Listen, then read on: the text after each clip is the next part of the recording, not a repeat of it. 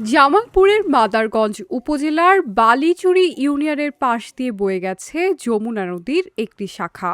এই শাখা নদীর এপারে শুকনগরী গ্রামের সঙ্গে নদীর ওপারের অংশে থাকা বালিচুরি ইউনিয়নের আতমারি, নাংলা, কাইজ্জারচর ও ফুলজুর সহ বেশ কিছু গ্রামের মানুষের যোগাযোগের একমাত্র মাধ্যম একটি কাঠের সেতু। শুধু মাদারগঞ্জের লোকজনই নয়, বগুড়ার সারিয়াকান্দি উপজেলার কন্যিপাড়ি ও বাহাইল ইউনিয়নের বেশ কয়েকটি গ্রামের মানুষও এই পথ দিয়ে চলাচল করে থাকেন। এই এলাকার মানুষজন শিক্ষা, চিকিৎসা, কাঁচা বাজার, কৃষি পণ্য পরিবহন সহ নানা কাজে প্রতিদিন এই সেতুই ব্যবহার করেন। জনপ্রতিনিধিদের দাঁড়ে দাঁড়ে ঘুরতে ঘুরতে কোনো সমাধান না দেখে এই জরাজীর্ণ সেতুকে আঁকড়ে ধরে জীবনের ঝুঁকি নিয়ে চলছে চলাচল। এলাকাবাসী স্বেচ্ছাশ্রমে প্রতিবছর খরা মৌসুমে কাঠের ব্রিজ তৈরি করেন, আবার বর্ষা মৌসুমে তা পানিতে তলিয়ে যায়।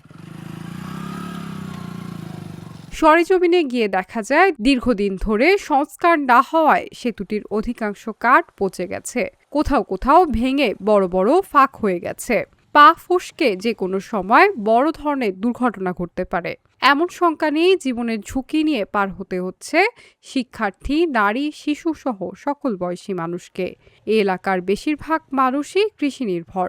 ফসল সংগ্রহ করে বাজারে নিতে হলে এই কাঠের সেতু দিয়েই যেতে হয়। আমাদের রুগী নিয়ে যাইতে অনেক কষ্ট হয়। এখন একটু বৃষ্টি হলেই এই কাদার ভিতরে যাওয়া যায় না, অনেক রিক্সে পড়ে যায়। আমাদের ব্রিজটা থাকলে এই আমাদের পার হওয়ার অনেক সুবিধা। আমরা প্রতি বর্ষা মৌসুমে এ জায়গায় আমরা বিকল্প ব্যবস্থা হিসেবে কাঠের ব্রিজ বা বাঁশের ব্রিজ, এবং বন্যার বেশি হইলে তারপর আমরা সেখানে খেয়া নৌকার মাধ্যমে ব্যবস্থা করে থাকি। আর যদি এখানে ব্রিজটা হয় তাহলে অনেক বাচ্চা একটা সাইকেল কিনে দিলে আমাদের সদরে পড়াশোনা করতে পারবে। সদরে যে আধুনিক সৃজনশীল পড়াশোনা পদ্ধতি তারা অবগত হতে পারবে। এখানে একটা কেজি স্কুল হলেও মাস্টার পাওয়া যায় না, কেন? শহর থেকে তারা এখানে আসতেছে না যে বেতনের।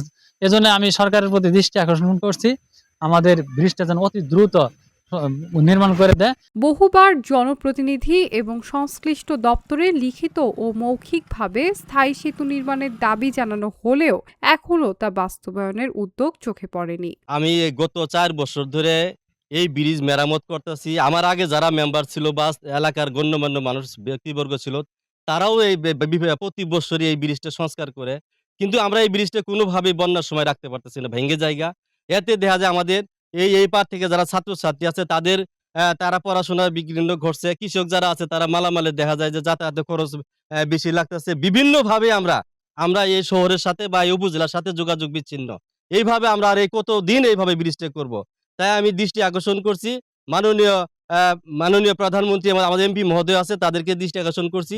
আমাদের এই 15-20টি গ্রামের মানুষের দুঃখ দুর্দশার কথা বিবেচনা করে আমাদের যেন অতি দ্রুতের জন্য একটা পাকা ব্রিজ দেওয়া হয়। এলজিডি ইতিমধ্যে রাস্তাটি আইডিভুক্তকরণের জন্য সদর দপ্তর প্রেরণ করেছেন, যে রাস্তাটি আইডিভুক্ত হওয়া সাপেক্ষে এখানে একটি স্থায়ী সমাধান ব্রিজ অতি সত্বর পরিদর্শনপূর্বক প্রয়োজনীয় ব্যবস্থা গ্রহণ করা হবে। স্থায়ী একটি সেতু নির্মাণ হলে 15টি গ্রামের অন্তত কয়েক হাজার মানুষের জীবনযাত্রায় ইতিবাচক পরিবর্তন আসবে। দ্রুত সময়ের মধ্যে একটি স্থায়ী সেতু নির্মাণে সরকারিভাবে সংশ্লিষ্ট কর্তৃপক্ষ উদ্যোগ গ্রহণ করবেন, এমনটি প্রত্যাশা করেন ভুক্তভোগী এলাকাবাসী।